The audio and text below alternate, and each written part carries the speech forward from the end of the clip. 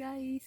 ඔන්න අපි වැවතැන්නේ කැම්පින් ඇවිල්ලා ඉන්නේ. හරිද? දැන් වෙලාව හරියටම 2:57. හරිද?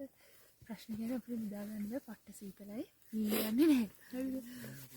ඒක නිසා අපි හිතුවා මායි දිදු දෙන්න තමයි ටෙන්ට් එක ඇතුළේ ඉන්නේ.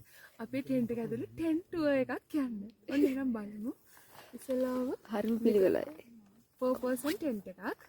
මේ ටෙන්ට් එකේ එන්න මායි දිදු දෙන්න නිදා ගන්න තැන. අපි බිමට එල්ලලා තියෙන බෙඩ්ෂීට් එක. මේ තියෙන මගේ කොට්ටේ. මම මේක තමයි නංගව කලිසම. මේ තියෙන දිදුගේ කොට්ටේ බෑග් එකයි යන්නේ කලිසම.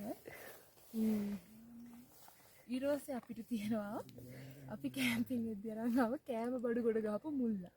සලාද ගොල තියෙනවා, අපේ හෙල්මට්ස් තියෙනවා, මයි පර්ස් එකේ තියෙනවා, මේකේ තියෙනවා බ්‍රෙඩ්ස්, පොඩි පොඩි ඇඳුම් කැල්ලක් තියෙනවා. මේ වතුර එකේ තියෙනවා.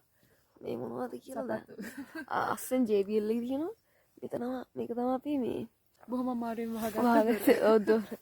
ඇත්තටම මේ පාර තමයි අපිට මේ සුපිරිම ටෙන්ට් එක සෙට් උනේ.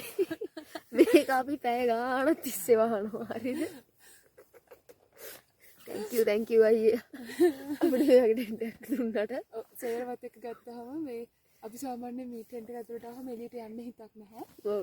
එළියට ගියම ඇතුළට එන්න හිතක් නැහැ. පරිසරයේ තියෙන විශේෂත්වයක් හින්දා මේ ටෙන්ට් එකේ දොර වහගන්න බෑ.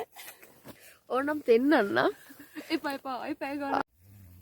නිදු මොකද උනේ? ජීවිතයේ මේ තරමට ප්‍රාර්ථනා අම්මට ජීවිතයේ මේ තරමට ප්‍රාර්ථනා මට හුරු කියද්දි ආයෙත් අම්මට හුරුයි.